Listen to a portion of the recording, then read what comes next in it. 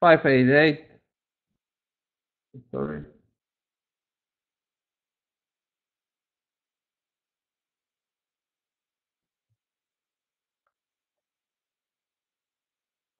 Okay, it's check check. And what sizing on the turn?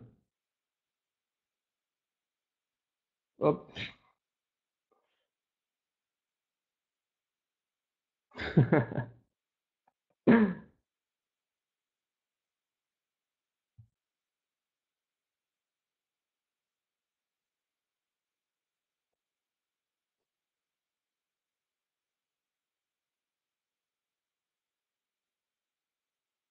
Okay, so actually probing,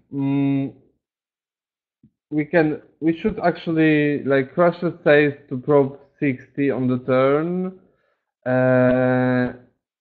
but let us think about his range because this is more important, not the strength of our hand, but his range. So we got actually two. Um, I see this spot in two ways. Like one way is to bet like little bit smaller, like 45, to make him call hands like ace X's and maybe two overs like Broadway and make them fold on the river. Or we can just bet bigger here to make him fold these Broadways and maybe ace X's with sizing like 6. But my favorite sizing will be here like 40, 45 to make him call this ace X's, and actually we will have enough fold equity to make them fold almost on every river except deuce and 5. And it's 10 on the river, and now what is your sizing, guys?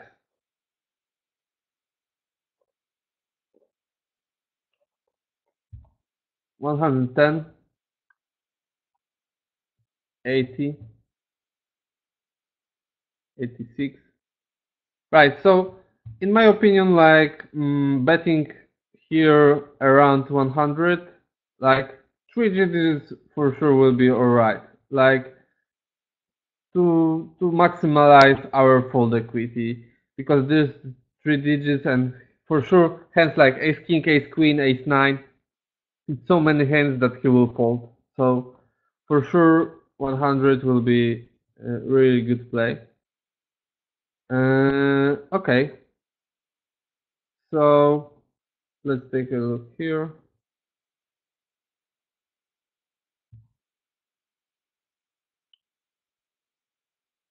Okay, check check on the flop, and on the turn again we got opportunity to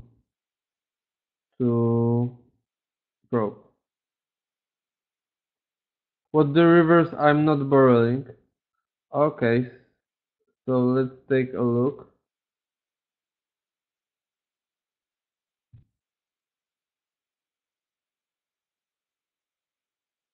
Mm, actually, almost every river we can borrow, except like if we hit. Okay, so if we hit 9 or 4, 6 or 7, actually we should bet like super small.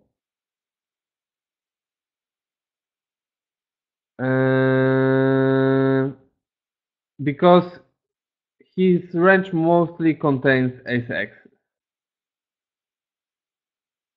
And if we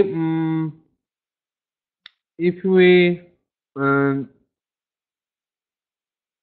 if the is on the river like 3 or 3x, 3x is like one of the worst. I mean, we never bet on the river on ace X, that's obvious.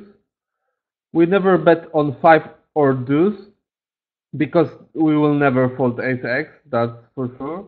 And actually, betting on 3 is really close because on this 3, if he got like ace 9, I think he will be more happy to call.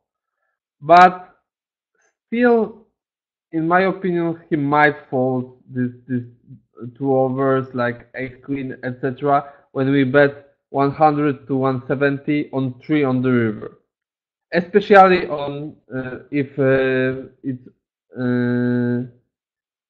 three of with pleasure, right? That hit flush on the river. So, but on king, actually, I think we should bet, and we can actually see this spot Flopzilla. I think it's pretty interesting how the ranges looks like on the river.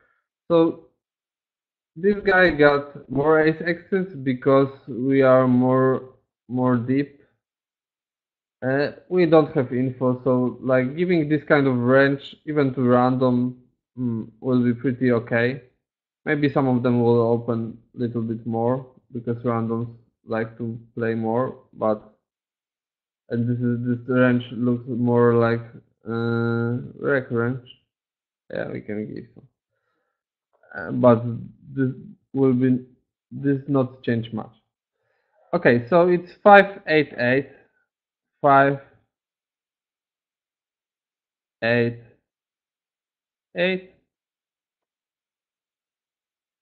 and like, what do you think, guys? Random, what will see bet here on the flop? Like, how you perceive his c bet range? First of all, do you think that he will c bet all of his over pairs? Let's write on the sky on a clip meeting like yes or no. Yeah, yeah, definitely like over per wheel. Some of them are tricky with trips, so let's give that he's c betting like 80%.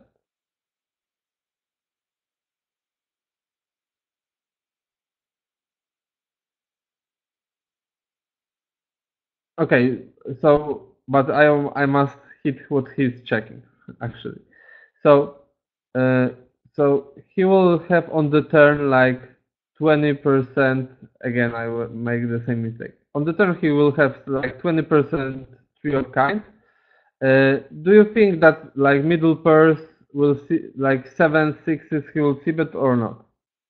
It's small part of the range, but in my opinion, yeah, he might see bet. Yeah. So middle pair is the same.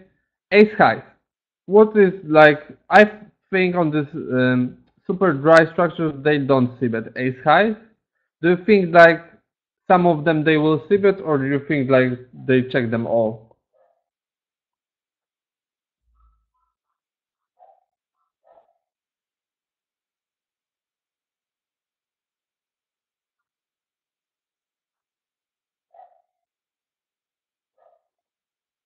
Okay, so yeah, maybe this low ace axis they might like this low ace axis they might. In my opinion, they yeah, aggro guys will maybe more often bet, but most of the randoms, like mm, on the turn, he will have, in my opinion, like 95% of this ace axis. Like some people will see bet them, but most of them will not. And no mate hands, they see bet. Yeah, overcards. Some I think like also like maybe 75, 70% they will have. Like if someone have like king jack or king queen, he might just check. And this is my opinion here. So yeah. So mm, so on the turn he will have, well, if he check the flop, some of three of kind, but only 20%. Most of ace highs and overcards. Are you agree with me or not, guys?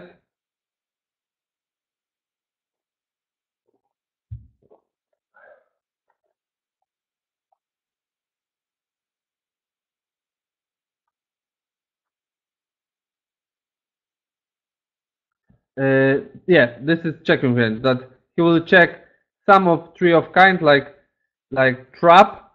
He will check most ace axes and most of two over cards.